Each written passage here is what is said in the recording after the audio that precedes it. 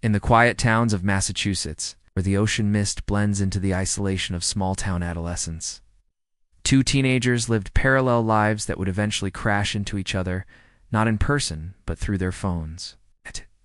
Carter, a seemingly ordinary girl from Plainville, wore a soft blue cardigan most days, paired with a white undershirt that gave her a calm, innocent appearance.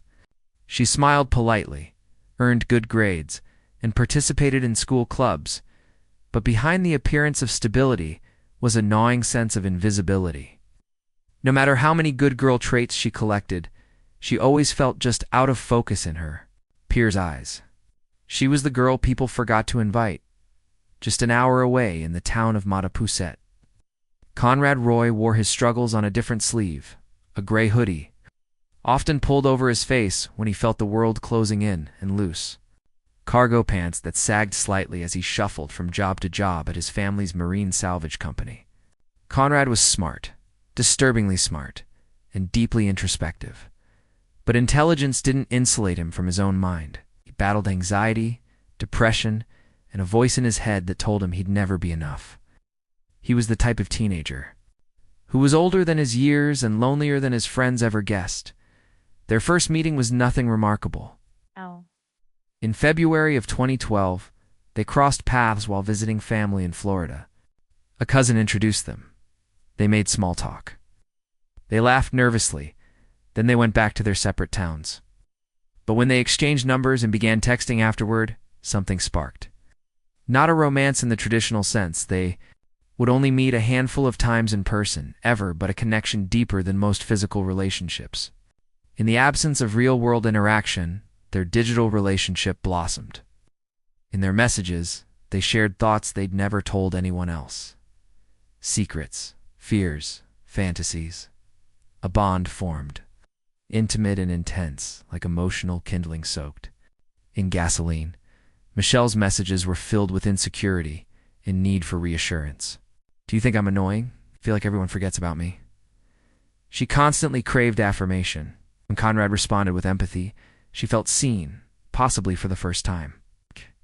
He became her anchor, her mirror, her personal audience. And to Conrad, Michelle was someone who understood his darkness. She didn't dismiss it. She didn't change the subject. She dove in with him, sometimes more deeply than she should have. It started with compassion. It evolved into codependency. Eventually, it would become something far more dangerous. As the months passed, their digital intimacy grew heavier. Conrad began opening up about his suicidal ideation. He told Michelle about his hospital stays, about the medications that numbed him, and about how the world felt like a prison. Michelle, at first, played the role of the supportive confidant. She encouraged him to hold on, to get help. She sent him positive quotes, motivational messages, song lyrics. As time passed, her tone shifted. The more Conrad talked about dying, the more Michelle seemed to believe it was inevitable and worse. That helping him die was an act of love. By early 2014, their text exchanges turned from comfort to planning. Conrad began researching methods of suicide. Michelle helped. She looked things up. She made suggestions. She told him that using carbon monoxide would be quick and painless.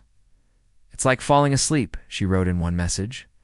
The darkness of their conversation unfolded with a calm, methodical rhythm. There were no screaming arguments. Caps lock. Just an eerie, quiet unfolding of tragedy, pixel by pixel. Michelle wore the same blue cardigan in many of the photos she sent him. She posed in her bedroom mirror, sometimes smiling, sometimes pouting. She knew what she was doing, presenting herself as the gentle, soft place he could fall into. The cardigan became a symbol of that emotional role, soft, familiar, warm. And Conrad, in his hoodie and baggy pants, looked like the boy forever. On the verge of vanishing, fading into his thoughts, into his truck, into the silence, their texts became a secret life. No one else was aware of the content, not even their closest friends or family. Michelle's parents believed their daughter was just quirky, maybe too clingy with friends, maybe a little dramatic, but harmless. Conrad's family was deeply worried. especially after his previous suicide attempts. But they had no idea that someone outside their home was gently nudging him closer to the edge. Every single day, what makes this story so haunting isn't just that a boy died. It's the way it happened, the stillness, the flatness, the mundane cruelty of it.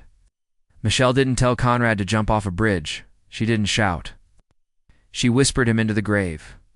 And when he doubted himself, when he hesitated, when he said he was scared, she reassured him that it was okay to go. You just have to do it, she texted. It's your time. Everyone will understand. The narrative that would later unfold in court shocked the world. A young girl, not with a weapon, but with words, driving another young person to suicide. But in these early days, it wasn't a case yet. It wasn't national news. It was just two kids in small towns, texting each other in the dark, spiraling together, a blue cardigan and a gray hoodie, tangled in a digital tragedy no one else saw coming. By mid-2014, the bond between Michelle and Conrad had taken on a shape that resembled obsession more than love. It was no longer just two isolated teens connecting over mutual pain. It had become a feedback loop of fear, guilt, and control. Conrad's messages were increasingly desperate, often centered around death. He didn't want to be alive. And Michelle was no longer urging him to seek help. She was reinforcing his desire to go. She had transitioned from supporter to guide. They were barely 18. But their digital lives bore the weight of a psychological drama far beyond their years. In public, Michelle remained the polite, awkward girl with the soft blue cardigan, the same one she'd worn in most of her selfies to Conrad. To her classmates, she was a blur there, but not memorable. She'd occasionally text people at odd hours, sometimes telling them that Conrad had gone missing or was threatening suicide. At first, her messages seemed like a cry for help, but later, some friends began to sense something darker, that Michelle was not just reporting tragedy, she was orchestrating it. Conrad, too, gave off confusing signals. Some days, he was hopeful, speaking about college and writing in his journal about becoming a tugboat captain or improving himself. Other days, he was broken, trapped inside his own mind, unable to envision a future. He had tried therapy, but inconsistently. Medication dulled him. His family loved him, but even they struggled to understand his torment. The only person he confided in completely was Michelle, and she was pushing him toward the edge with chilling consistency. One night in July, Michelle texted Conrad repeatedly, urging him to stop overthinking and just do it. She reminded him of the carbon monoxide plan. She even told him where to park the truck so no one would find him too quickly. The texts were filled with reassurance, not that he would live, but that dying would bring him peace. That this was the right choice, that everyone would be okay. It was eerily calm. She didn't panic. She didn't plead. She simply affirmed. This wasn't a fantasy conversation anymore. Conrad had the generator. He had the truck. He knew how it worked, and Michelle kept checking in, texting, reminding, prodding. You just need to do it now. Don't wait. You'll feel better after. The language was simple, clean, and horrifying in its matter dash of factness. At one point, Conrad left the truck and texted Michelle that he was scared. He'd started the engine, but climbed out, gasping. He was overwhelmed, unsure, wanted to. Stop, she replied. Get back in. Those 3 words would later become the heartbeat of the trial. Get back in was no longer passive encouragement. It was direction, instruction, the final push. Michelle, alone in her bedroom, wearing that same soft cardigan, paced and typed. She told him she loved him. She told him this would make everyone's lives better, especially his. That once it was over, he wouldn't feel pain anymore. You've come this far, she said. Don't turn back now, to anyone else. It would seem incomprehensible, a girl driving her boyfriend towards suicide with gentleness and praise. But to Michelle, this wasn't cruelty. It was what she thought he wanted. It was what she wanted too, an act that would finally make her the center of someone's story. If Conrad died, she would become the grieving girlfriend. The tragic heroine, the girl who lost everything. In her mind, she had already begun writing that version of her life. When the morning came and Conrad's body was found in the truck outside Kmart, the investigation began slowly. At first, it seemed like a tragic but straightforward suicide. But when Conrad's phone was recovered and the text threads downloaded, a completely different story emerged, one that would grip the country and redefine how we think about digital relationships, responsibility, and psychological manipulation. Michelle continued texting him even after his death, as if trying to polish the story. She sent messages to his friends, told them how devastated she was. She even organized a fundraiser in his name. She posted online about how she had tried so hard to save him.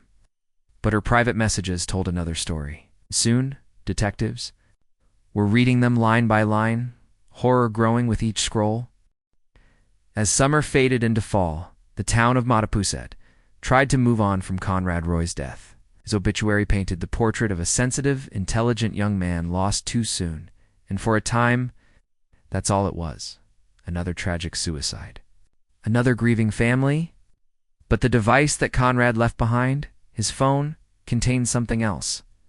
Something unnatural. Something that, when uncovered, would rattle even seasoned detectives. Conrad had saved everything, every text, every thread, every agonizing detail of his final days. And the girl who had worn the soft blue cardigan, the one who stood at his vigil with tears in her eyes, had also been typing the script of his death. Police began combing through the data quietly, without alerting Michelle. The more they read, the more disturbed they became. It wasn't just that Michelle had known about Conrad's plan, it was that she had helped develop it, encouraged it, reminded him not to back out. In text after text, Michelle had reassured him that death was not only acceptable, but preferable. It wasn't just supportive language, it was tactical. She advised him on where to park, when to go, and even coached him through his moments of hesitation. Still, police knew they were in legally murky waters. This wasn't a case of physical violence. Michelle hadn't laid a hand on Conrad. In fact, they'd only met in person a handful of times. What happened between them had unfolded entirely through digital channels. No weapons, no direct threats, no physical coercion, just words.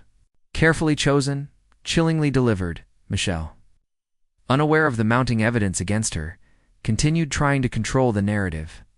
She reached out to Conrad's family, offering sympathy. She messaged his sister, claiming she had done everything she could to stop him. On social media, she painted herself as the shattered girlfriend. But behind closed doors, her texts to friends revealed something else. She admitted she had told him to get back in the truck. She confessed that she could have stopped him, but didn't. One message to a friend read, "I was on the phone with him, got out of the truck because it was working and he got scared and I told him to get back in. I could have stopped him, but I didn't." That message, raw, damning, and utterly self-aware, became a cornerstone of the case. When prosecutors reviewed it, they saw not just recklessness, but responsibility. Michelle Carter wasn't just a grieving girlfriend. She had become an accomplice. And perhaps more disturbingly, she didn't seem to fully grasp the weight of what she'd done. In December 2014, investigators interviewed Michelle for the first time. She arrived wearing her usual cardigan, looking more like a high school student worried about exams than a suspect in a manslaughter case. She answered questions calmly, deflecting blame, insisting she had tried to help Conrad. But when they presented her own messages, her posture changed. She looked down. She stammered. The investigators knew they had a difficult case. But they also had a disturbing volume of digital breed. In February 2015, Michelle Carter was formally charged with involuntary manslaughter. The decision sent shockwaves through the community and across the country. Could words really kill? Could a teenager sitting in her room miles away be held accountable for someone else's suicide? For the legal system, it was uncharted territory. For the media, it was a headline dream. And for Michelle, it was the moment her private narrative crumbled under the weight of public scrutiny. The arrest made national news. Photographs of Michelle walking into court still wearing the same blue cardigan were splashed across websites and news programs. Her face became a symbol of a new kind of crime, one that blurred the lines between manipulation and murder, between support and sabotage. Her defense team immediately began crafting a narrative of mental illness, emotional fragility, and youthful naivety. They argued that Michelle didn't understand the impact of her words, that she was trying to help in her own twisted way, that she never meant for Conrad to actually die, but the text said otherwise. The emotionless tone, the repetition, the directness. Get back in. It's time. You'll be free. These were not the words of someone uncertain. These were words that carried intention.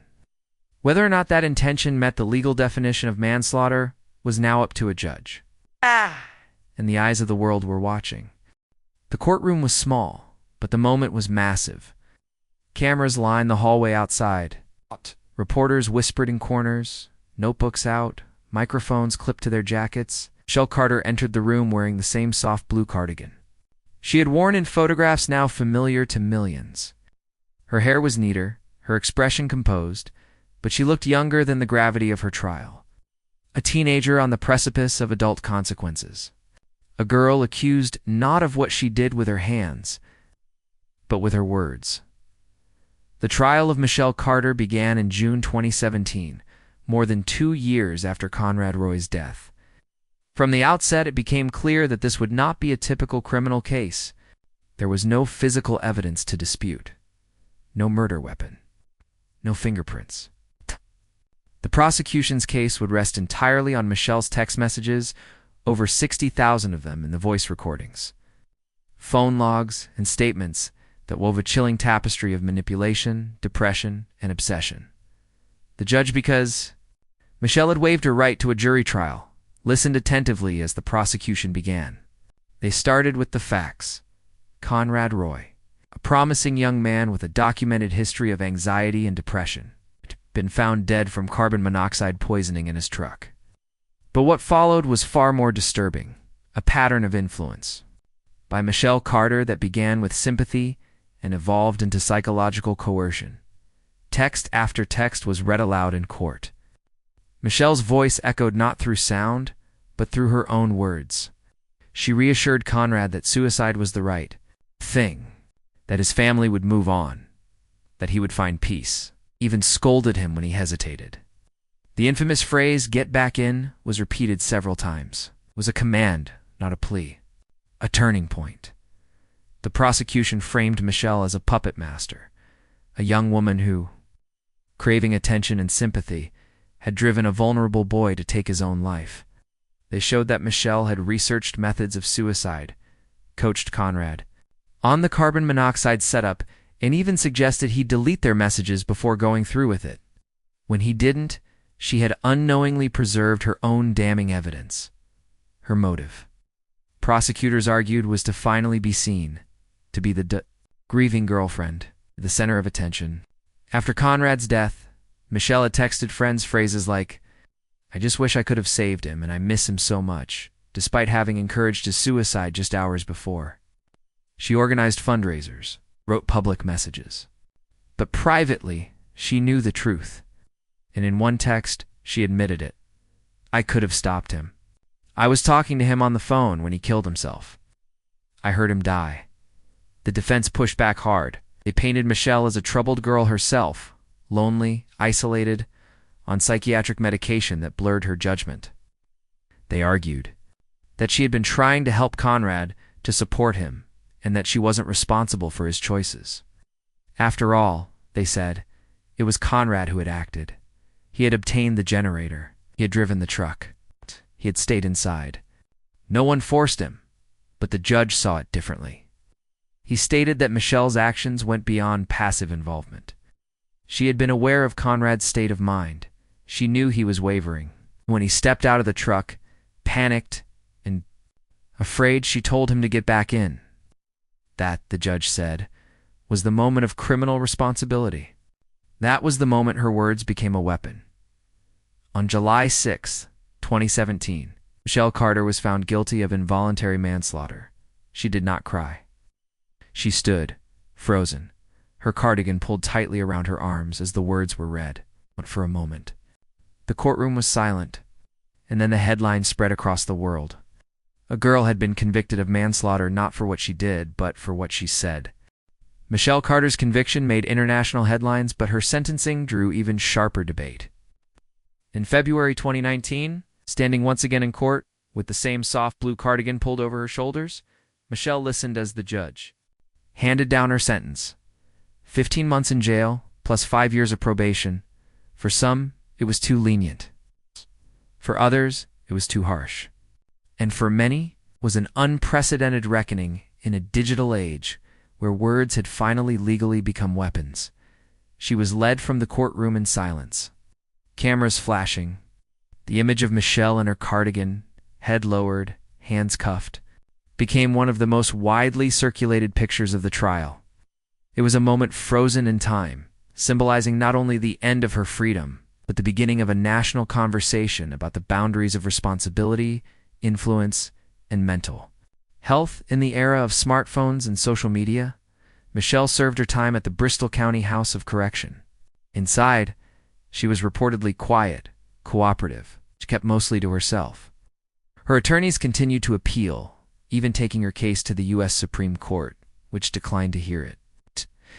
In early 2020, after serving just 11 months, she was released.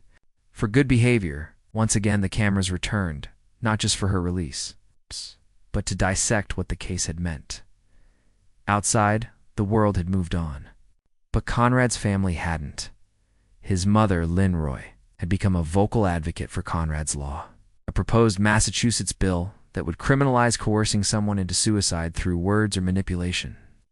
It was a law born from pain, a mother's attempt to give meaning to her son's death, and to ensure no one else would suffer the same way. Meanwhile, Michelle Carter disappeared from public view. She avoided interviews. She didn't return to social media. Girl in the blue cardigan had become infamous, a symbol of a new kind of tragedy. Her life, forever intertwined with Conrad's, had been rewritten by the texts she thought no one would read. Though free in body, she remained confined in legacy. The case became the subject of multiple documentaries, podcasts, and news specials.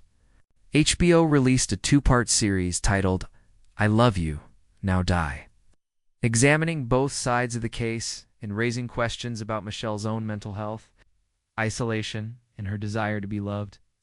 It revealed layers of complexity that many media outlets had glossed over, from her own struggles with anorexia and depression to her desire for validation. What remained undeniable, however, was this: Conrad Roy was dead. And Michelle Carter had played a role, whether as a manipulator, a misguided romantic, or a girl crushed under the weight of her own insecurities. The court had decided she was criminally responsible, but the world still debated the ethics. Educators, parents, and psychologists began citing the case in discussions about teen mental health and the dangers of unmoderated digital communication. Schools updated their suicide prevention resources. Some teachers even began showing clips of the trial to help students understand the permanence of their words. The story of Michelle Carter and Conrad Roy became more than just a crime. It became a cautionary tale, not only about suicide or mental illness, but about empathy, responsibility, and how technology has reshaped the most intimate corners of teenage lives. And while Michelle Carter no longer wears that blue cardigan in public, for millions who watch the story unfold, she will always be remembered in it, a teenager whose messages shattered lives, and whose silence now echoes louder than the words she once sent.